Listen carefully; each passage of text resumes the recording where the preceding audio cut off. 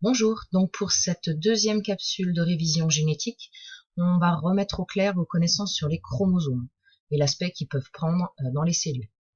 Donc on retrouve ici une photo au microscope d'une racine de jacinthe. Alors pourquoi la racine? Parce que c'est une zone où les cellules se divisent. Donc on va pouvoir voir un petit peu la cellule dans tous ses états. Donc on peut constater que le matériel génétique, les chromosomes, ils peuvent prendre différentes formes. Ici on les voit bien. À d'autres moments, on les retrouve bien enfermés dans le noyau, mais on ne distingue pas trop ce qui s'y trouve. Pourtant, les chromosomes restent toujours intacts, les cellules ont toujours la même information génétique dans l'organisme, donc normalement c'est la même chose. Alors, on a vu que ces chromosomes, ils sont constitués d'une molécule d'ADN. Alors cette molécule d'ADN, on l'avait vu également, elle est enroulée autour de protéines, les histones, et elle forme un filament qui s'appelle la chromatine. Cette chromatine, elle peut présenter différents aspects selon le moment de la vie de la cellule où on se trouve. Donc, entre autres, elle peut être, cette chromatine, sous forme condensée, comme ici. Condensée parce que elle s'enroule, elle s'entortille pour former une sorte de filament plus dense qui va constituer le chromosome. Donc, lorsque la chromatine est condensée, le chromosome est visible. À certains moments, cette chromatine va se décondenser, se dérouler. Imaginez une pelote, on tire sur la ficelle et on n'obtient plus que la ficelle. Et donc, du coup, on va obtenir de la chromatine décondensée. Et c'est là, sous cet état, que va se trouver l'ADN, le chromosome, lorsque ce n'est pas visible, lorsqu'il n'est pas visible. Donc un chromosome non identifiable qui est fait juste d'un filament de chromatine qu'on ne va pas pouvoir percevoir au microscope optique. Là, vous le voyez sur une photo au microscope électronique. Alors, autre différence également, quand les chromosomes sont visibles, comme ici, on peut voir qu'ils n'ont pas tout à fait le même aspect. Ici, ils paraissent beaucoup plus épais, en fait. Ils sont doubles. Ils possèdent deux chromatides. Alors qu'à d'autres moments, il n'y a qu'une seule chromatide, les chromosomes sont simples. Donc, pour schématiser tout ça, donc voilà un chromosome simple, une chromatide, donc une molécule d'ADN. On dit aussi qu'il est monochromatidien. Et à certains autres moments, il possède deux chromatides, donc bichromatidien, donc deux molécules d'ADN. Alors vous avez vu l'année dernière le processus qui permettait de passer de l'état chromosome simple à chromosome double, donc c'est la réplication.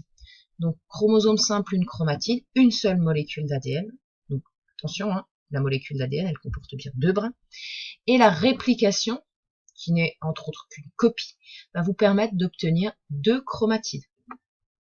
Alors, comment ça fonctionne? Vous l'avez vu également l'an dernier. Donc, vous avez votre molécule d'ADN, deux brins enroulés en hélice, attachés. Et donc, il va y avoir un complexe enzymatique, c'est-à-dire un ensemble d'enzymes, des substances qui vont permettre de faire des réactions, qui va ouvrir cette molécule d'ADN, qui va séparer les deux brins, dérouler, séparer. Et donc, on va obtenir deux brins d'ADN qui sont libres.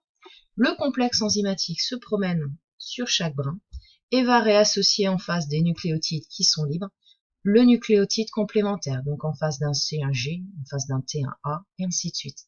Donc au départ, vous aviez une molécule d'ADN à deux brins, et à la fin, vous obtenez deux molécules d'ADN qui sont rigoureusement identiques, puisque là, vous aviez au départ, les brins de départ étaient complémentaires. Vu que vous recréez le complémentaire en face, vous avez bien deux copies.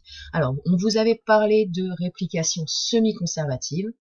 Pourquoi? Parce que si vous regardez bien, les brins initiaux, ceux qui étaient dans la molécule initiale, on va en retrouver un ancien dans la nouvelle molécule et un nouvellement formé. Donc on conserve la moitié. Réplication semi-conservative. Mais au final, le résultat, c'est que vous obtenez bien deux chromatides identiques puisque vos deux molécules d'ADN sont identiques. Alors cette réplication, vous l'aviez vu, elle s'intégrait dans un moment de la vie cellulaire qui s'appelle l'interphase, qui a lieu avant que la cellule ne se divise. Donc suite à cette interphase, vos chromosomes sont à deux chromatides. Vous voyez ici à l'état décondensé, et donc la cellule va pouvoir subir la division, qu'on avait appelée mitose. Donc cette chromatine va se condenser pour faire apparaître les chromosomes, puis grâce à un système qui se trouve dans la cellule, ces chromosomes vont aller se placer au centre de la cellule, on appelle ça la plaque équatoriale, et les chromatides de chaque chromosome vont se séparer et migrer jusqu'au pôle. ce qui fait qu'à la fin, vous avez des chromosomes à une chromatide qui vont pouvoir rester dans les cellules.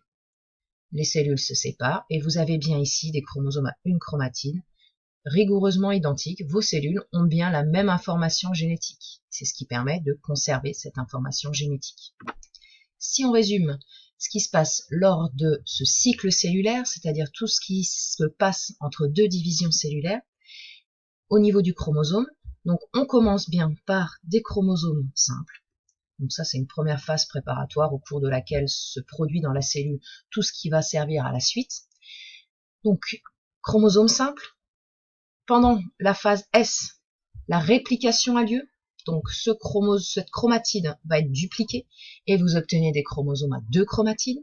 Donc ici, préparation également de la suite de la division.